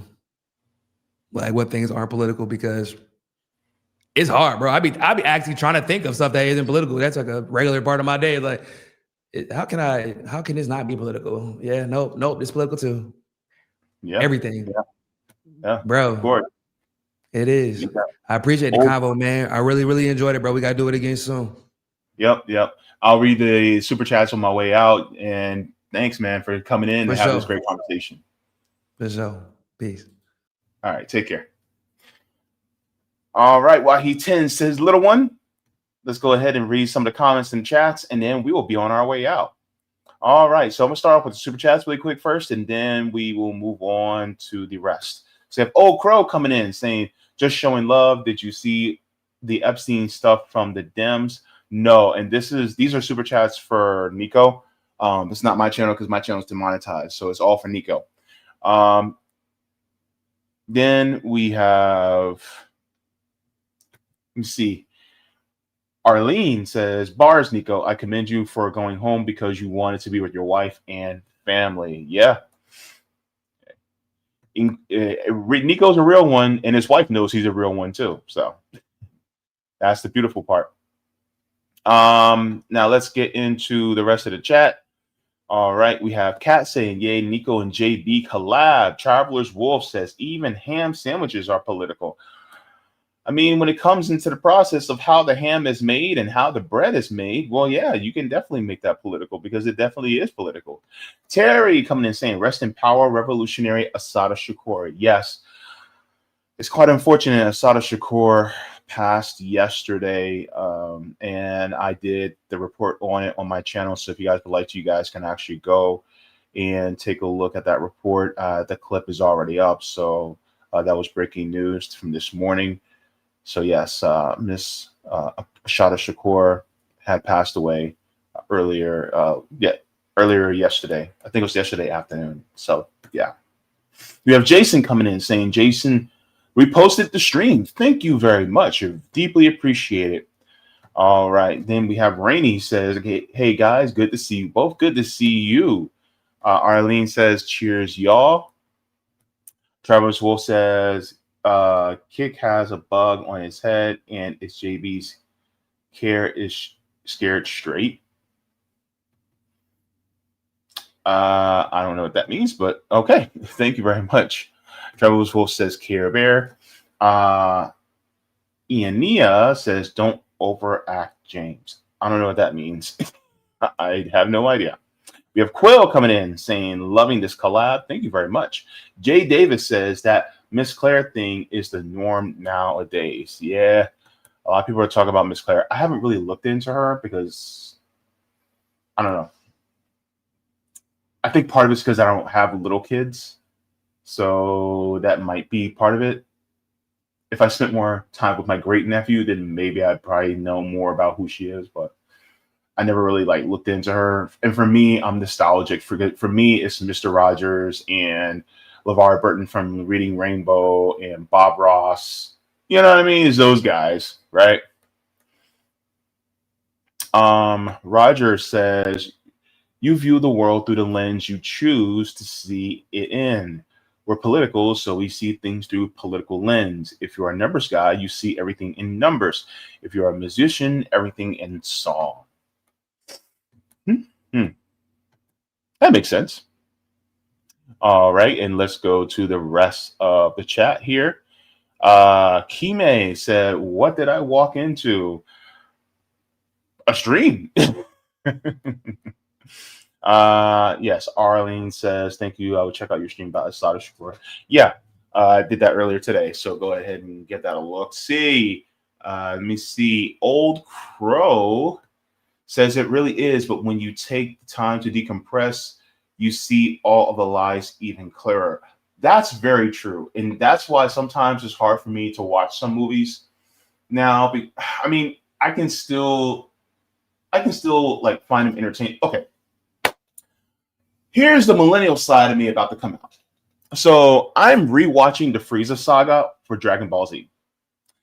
Come to find out, everything's political. Frieza is basically a capitalist corporatist dictator. On planet Namek, when Frieza gets there, when Frieza and his forces get there, they commit genocide of the Namekians. The Saiyans are slaves that are being used to commit genocides on other planets throughout the galaxy. And then Frieza is basically a Nepo baby because Frieza inherited the Frieza Force from his father, King Cold. And so everything's political. Everything. And so, Akira Toriyama was brilliant in making that show. This is why it was so popular. This is why Goku is literally the most popular anime character in the world. Everybody knows that hairstyle. Everybody knows that face. Everybody knows who he is. Hell, the original voice for Goku, Goku's voiced by, in Japanese, Goku's voiced by a woman. This woman has been playing Goku for 40 years? Same person. And she said that she will continue to keep playing Goku until she's dead. Right? And the American dub, I can't remember who originally was, but I know Sean Schimmel is pretty iconic for his voice portrayal of Goku. And so the thing is like everything is political when you look at it. Like one of my favorite animes of all time is called Mobile Suit Gundam Wing. That show is deeply political, right? And it has to do with aristocracy and imperialism and ruling, not just the earth but also colonies off the earth. About revolutionaries. The Gundam pilots are literally revolutionaries on behalf of the colonies. It's just everything is political. And people think, oh man, these things aren't political. The X-Men is political. The Avengers is political, right? Batman is political, right? Like, for instance, I'll go this here. Anybody seen the Dark Knight trilogy by oh my gosh, Christopher Nolan? Has anybody seen the Dark Knight trilogy? You've seen Batman Begins, The Dark Knight, and The Dark Knight Rises. So here's the funny part about The Dark Knight Rises. They make Bane to be a terrorist. Basically, his ideas to change Gotham and take it away from the powers of the people who are heads of the government as well as the mob, right? And so one of the things that Bane ends up doing is he employs the young men in order to be able to, set up an infrastructure to take over Gotham. And these young men that he employs are boys that were orphans in this boys' home. And the boys' home was being funded by Wayne Enterprises, but somehow the funding stopped. And so these boys really had no real outlet. And so from that movie,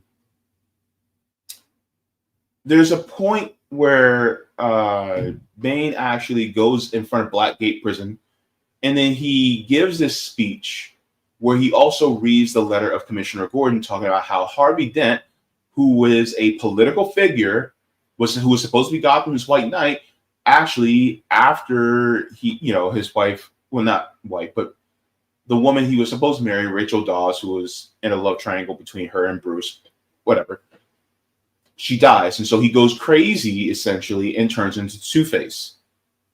By the way, spoilers all up and through here. But the thing is like basically talked about how he tried to murder Commissioner Gordon's son. And so there was an act called the Dent Act, which took all the people who were working for, the organized crime in Gotham, and they locked them all away in Blackgate Prison. But here's the thing a lot of people don't think about. A lot of those people, and we can talk about this all day, is that a lot of people who commit these crimes they commit crimes because of that lack of opportunity and out of desperation, right? Because economically things aren't doing well for them. And so a lot of these guys who were working for these mob bosses were really just trying to make a living in order to be able to live.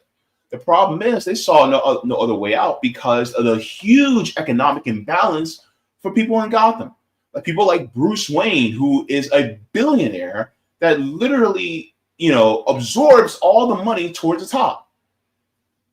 So technically, if you really want to blame the crime in Gotham on anybody, Bruce Wayne is technically to blame if you want to look at it from an economic aspect.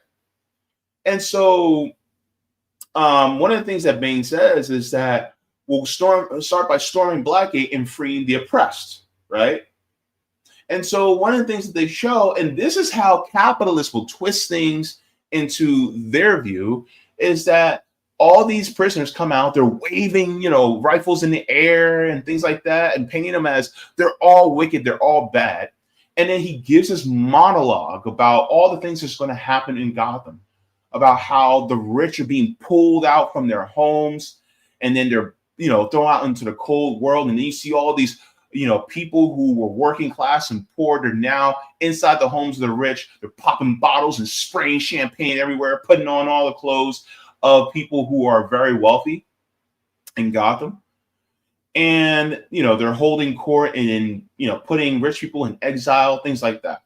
The crazy part is is that if Bain was an actual revolutionary, and it's divorced from real reality, because real reality would have been, okay, we now have control of Gotham as the people, so therefore we will create a more equal and equitable government. But that never happens, because they, in their mind, the capitalists think that once the people get control of the government, all just like what they think is anarchy, which is really just a complete disarray and disorder, is going to take place. When in reality, instead, what really would have happened is that if the people had a democratic say over what happens, then it would have been the people collectively coming together and creating an egalitarian government. Now, one thing that Bain did do was that he put the police in the tunnels, and he basically locked them in there. And he said the police need to learn true justice. But then Bain also holds Gotham hostage by means of a nuclear bomb that was changed from a nuclear reactor. And a real revolutionary would never hold the people hostage. And the thing is, it's like they try to paint someone who's revolutionary as potentially dangerous because he's not going according to the proper channels, when in reality, the proper channels themselves is what is horrible, because the proper channels are not built for the working class. They're not built for the people. And then who ends up getting into a fight between Bane and his guys versus Batman? Well, who joins Batman? The police. The same people who were tasked with oppressing the people who are working and poor, who decided to work for the mob, and then in turn had to start working with Bane in order so that they will no longer be oppressed, because economically the system is so out of whack against the working class people. And so they're trying to paint this billionaire that has all these military grade toys that beats poor and working poor people into a pulp, that are really pushed into this system of crime. And he's teamed up with the police. And so basically meaning that, oh, well, the billionaire is the good guy. The cops who bash our heads in every day in real life, they're the good guys. And the person who is more of a revolutionary, and then they distort that revolutionary in order to make him seem more evil, when in reality, a real revolutionary would have done some of the things that Bane did. And the choices would have been in the hands of the people completely, because a real revolutionary believes in total democracy, not in forcing people to choose or putting them under duress in order to choose. And so this is one of the things that I think that everything is political, because that's exactly what happened with the Dark Knight Rises. And so it just goes to show how even in our movies and fantasy, we're constantly under propaganda and brainwashing in order to think that the people who are in power are always working in our best interest, when in reality they're not. They're actually working in the best interest of the parasite class. And then they put these movies in front of us that try to confirm that, oh yeah, we're doing the right thing by allowing the parasite class in order to rule over us. Because apparently we can't do it ourselves because we're too stupid, or we're too dumb, or we're too unruly. You see what I mean?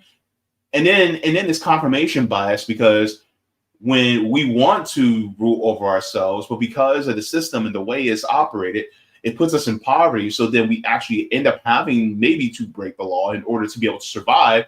Then the parasite class goes, see, we knew that they couldn't rule over themselves. Look how unruly they are. When it's like, no, we didn't make the system this way. You guys did. And it's not through democracy, because the thing is that the democracy that we have actually doesn't exist. Just look at last year during the Democratic primaries. What Democratic primaries? There wasn't one. So this is the intersection of politics and everything else that comes together, including in entertainment. And we're constantly being lied to, even in entertainment, like, for instance, in a Christopher Nolan film. Don't get me wrong. I still love the Batman, the Dark Knight trilogy, and I still watch it down to this day. But it's under no reservation that is complete fantasy, especially about when it comes to people who want to rise up and change the system fundamentally overall. So yeah, I hope I didn't over-explain, but yeah, there you go.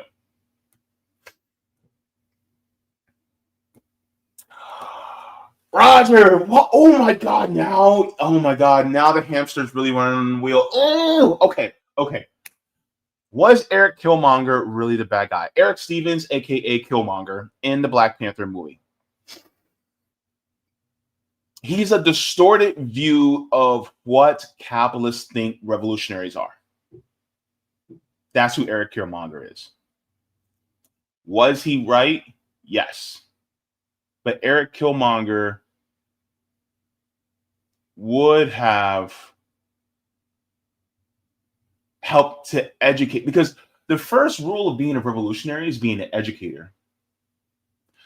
Eric Killmonger wasn't interested in educating. And that's on purpose, because a real revolutionary would have been educating the people on top of saying, okay. And plus, a real revolutionary wouldn't have wanted to be a king. He wouldn't have wanted to be a king. He would have wanted to democratize Wakanda. Because a real revolutionary would have said, you know what? We're not going to have a monarchy anymore. It's going to be complete and total democracy. But Eric Killmonger wasn't interested in that, because this is what the capitalist class thinks a revolutionary is.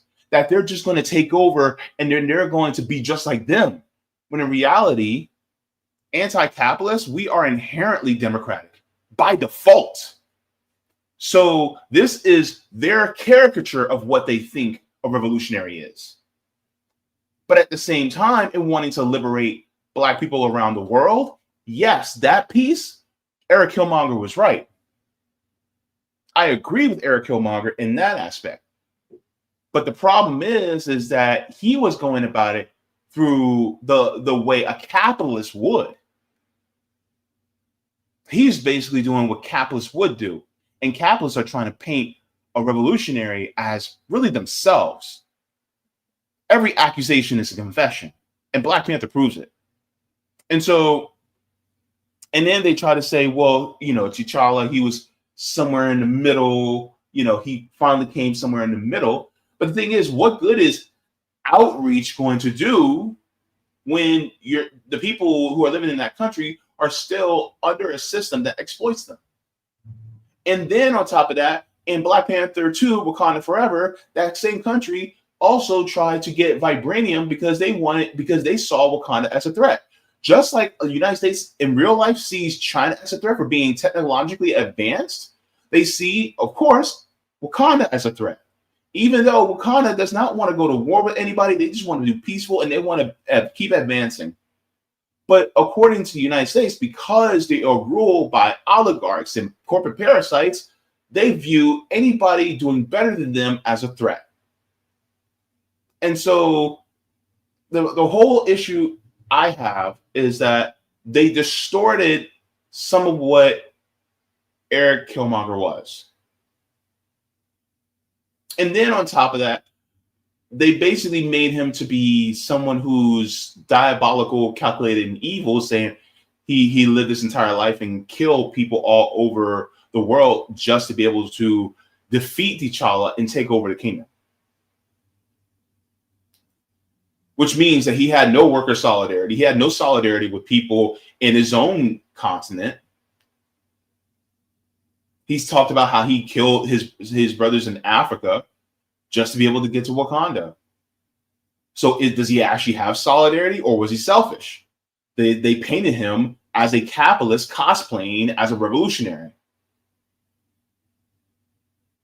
So the motivation was correct, but the execution was wrong, in that Eric Killmonger Stevens, if he was really a revolutionary, he wouldn't have done that. But this is why if you had people who were truly anti-capitalist and focused on Black liberation, Eric Killmonger would have been written a lot more differently. A lot more differently. The motivations would have still been the same of Black liberation, but it wouldn't have been at the cost of harming other people like him. Does that make sense? So, yeah.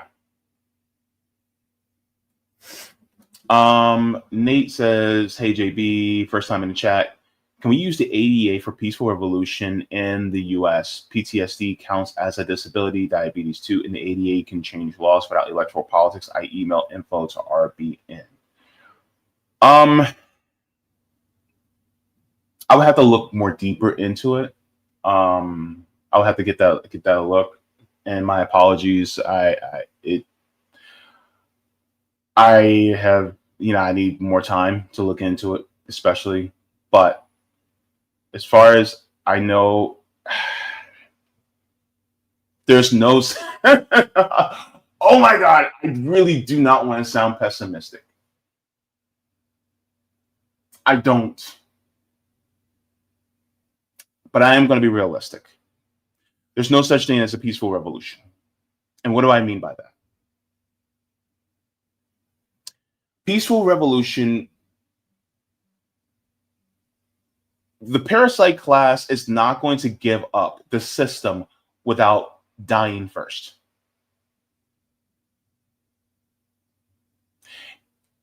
If the phrase "over my dead body" was ever an embodiment of anybody, it was the parasite class. They would rather you take the system away from them and from their cold dead hands. And it's not that revolutionaries are violent.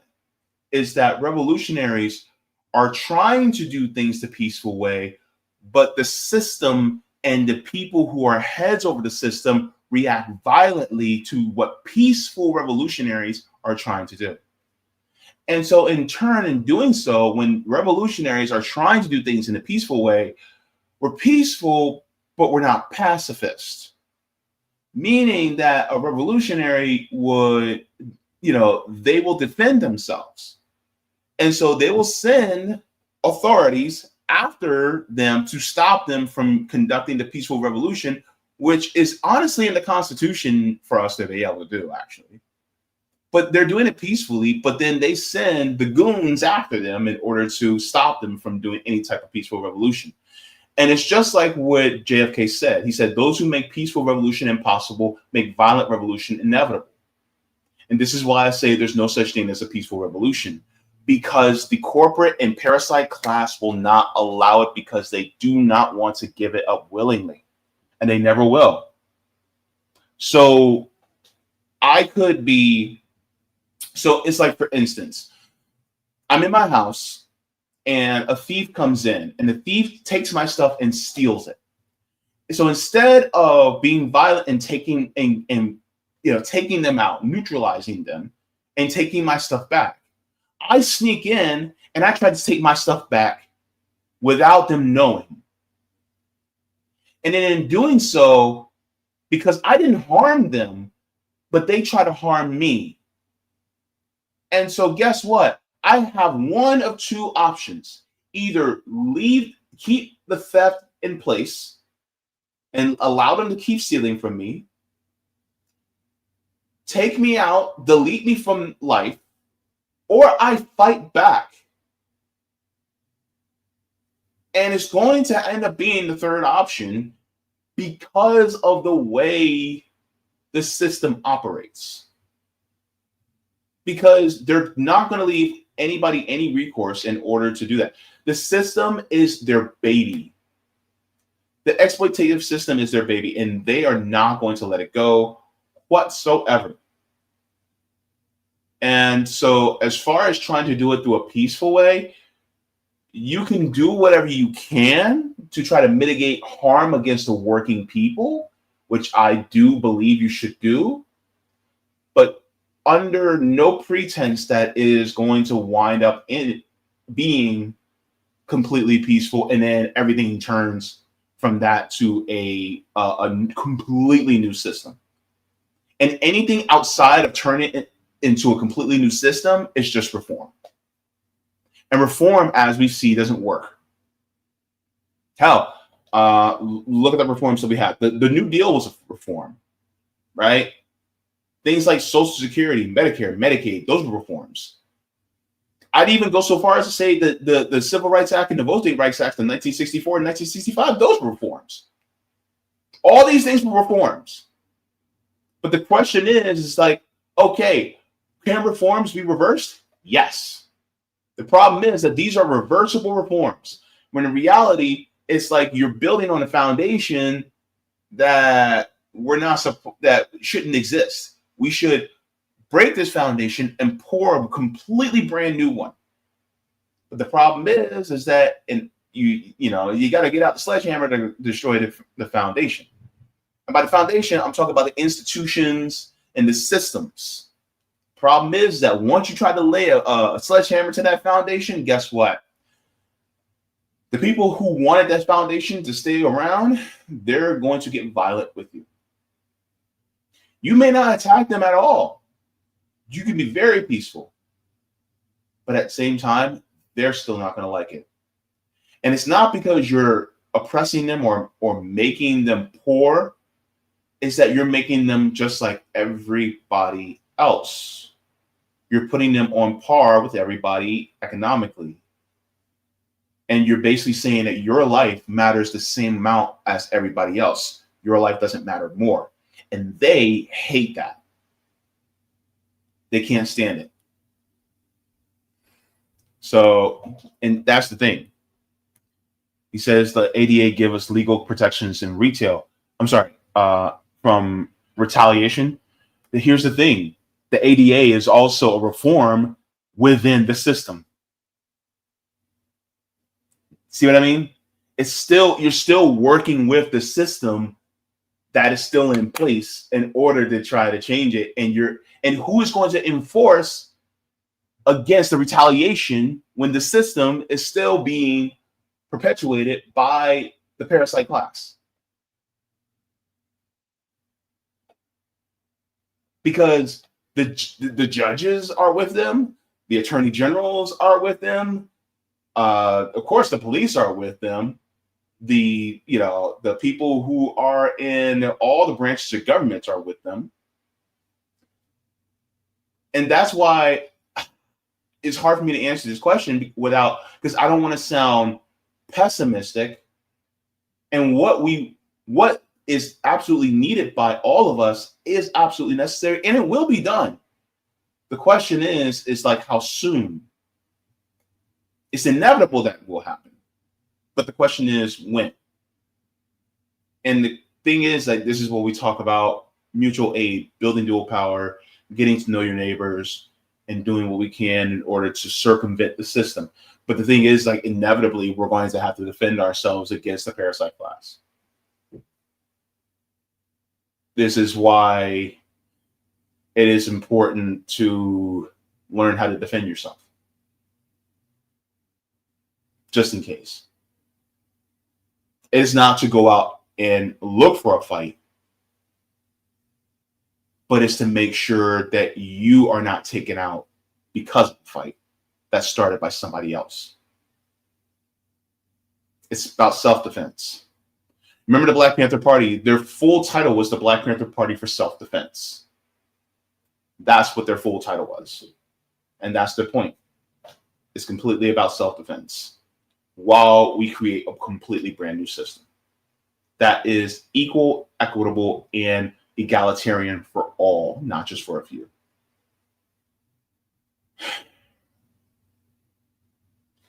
I hope I didn't go too long and too long-winded. I'm sorry. I apologize.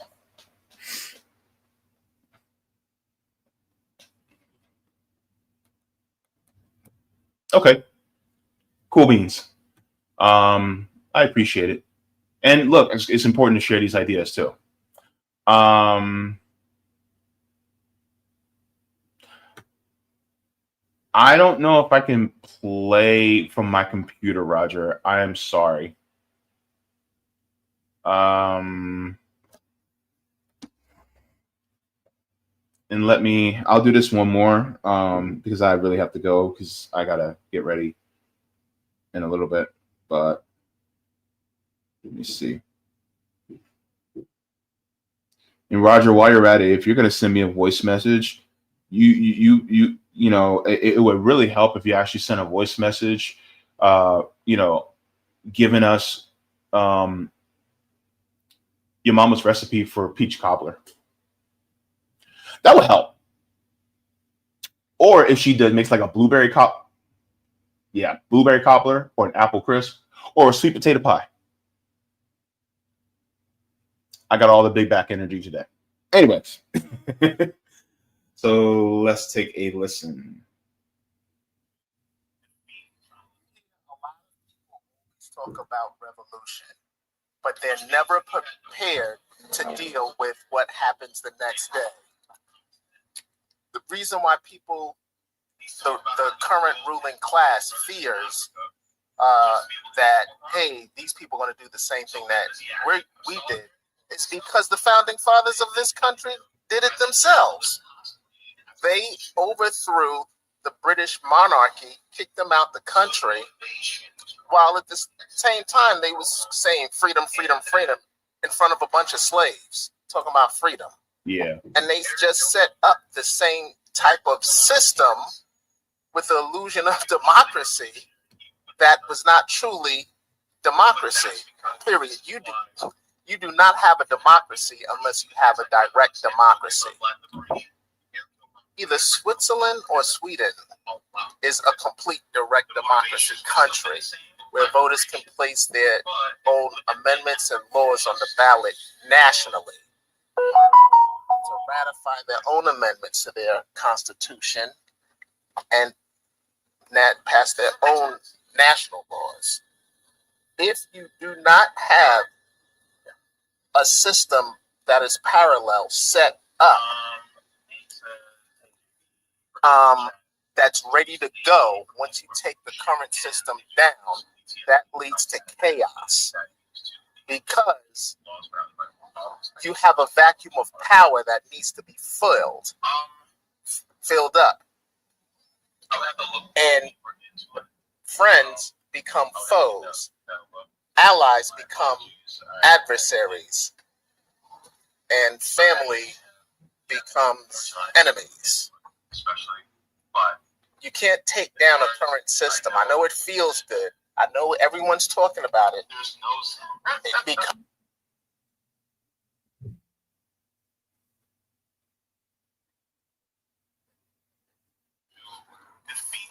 You hear a lot of people always talk about revolution, but they're never prepared to deal with what happens the next day. The reason why people, the current ruling class fears that, hey, these people are going to do the same thing that we did, is because the founding fathers of this country did it themselves. Okay. So this is why we talk about building dual power, right? To answer Roger, it's about building dual power. So the thing is, like, the problem is that a lot of people think that revolution is going to happen, and no, it can't happen in a vacuum, because if it does, then somebody else will take that place. This is why building dual power and establishing a government within the United States government is actually important. The problem is that a lot of people, you're in the very early infant stage, not even infancy. We're in the embryonic stages of this. And so this is, that's the point. You have to build dual power in order for that to happen. So while, before a revolution can actually take place, and this is what the Black Panther Party were doing, is that they were building that dual power. Also, the ruling class knows this too, and they're trying to prevent you from even gathering the resources and the infrastructure in order to be able to build dual power. And so I think that's the point. Because once you have that dual power presence in place, then a revolution can come. The thing is like people, you can't put the cart before the horse. And the problem is some people want to put the cart before the horse because they're anxious because this system has been that bad. And I get it. Totally get it. We are all suffering. At the same time, you got to build these systems first in order to fight, in order to build that dual power. The problem is that you're going to have to do it outside of the current system that we have. And because the current system is not going to allow you to build dual power to go up against it. So a separate system has to be built. And that comes with doing mutual aid and, building systems, new systems that are completely governed by the people democratically. And so I think that's the point. And yes, Roger, civil wars always follow revolutionary wars if we don't prepare beforehand. But that's part of the preparation, right? Part of the preparation is to build that dual power and do it with the guidance and consent of the people. But at the same time, people still have to go through education in order to be able to learn what systems would work and what systems don't. And this is why it's important to study history and see what happens and see the results that we want within a particular system. So if we want, a universal healthcare system, if we want, free childcare, if we want, mass public transit. And the thing is, like, we have different countries that we can pull examples from, whether it's the Bolivarian example, whether it's the Bolshevik example, whether it's the Chinese example, whether it's the Burkinabe example, whether it's the Vietnamese example. There's so many different examples that we can pull from. And the best part is we don't have to emulate exactly their style. We can do it American style. And then we can pull from the great ideas from each one without having to make and repeat the same mistakes that they have made in the past. That's the beauty of it. That's the beauty of not being the first. As in you can learn from the mistakes of the ones prior. But yeah, so thank you very much. I have to get going because my brother's hungry and I'm thinking about cookies right now. And it's my cheat meal, baby. All right, guys, take care. Thank you so very much to Niko for joining in. And let me see. Good to see everybody here in the chat. Got to head on out. But guys, I will see you on Sunday. I think it's Sunday. Yeah, for the JB show. I don't have any guests. I'll just be doing news stories. But then next week, I should have a guest from the Florida Palestine Network joining me on Tuesday. So you guys get to stay tuned for that. We're going to have a great conversation, and I cannot wait to talk about it. So, everybody. Oh, and by the way, I forgot. JB, what? Come on, bro. We got to thank the patrons, right? All right. So, hang on. Where is it at? Where you at? All right. So, let's thank the patrons on Patreon before we head out because it's like, why didn't I do that? All right. So, thanks to all the patrons on Patreon. Here are the tiers.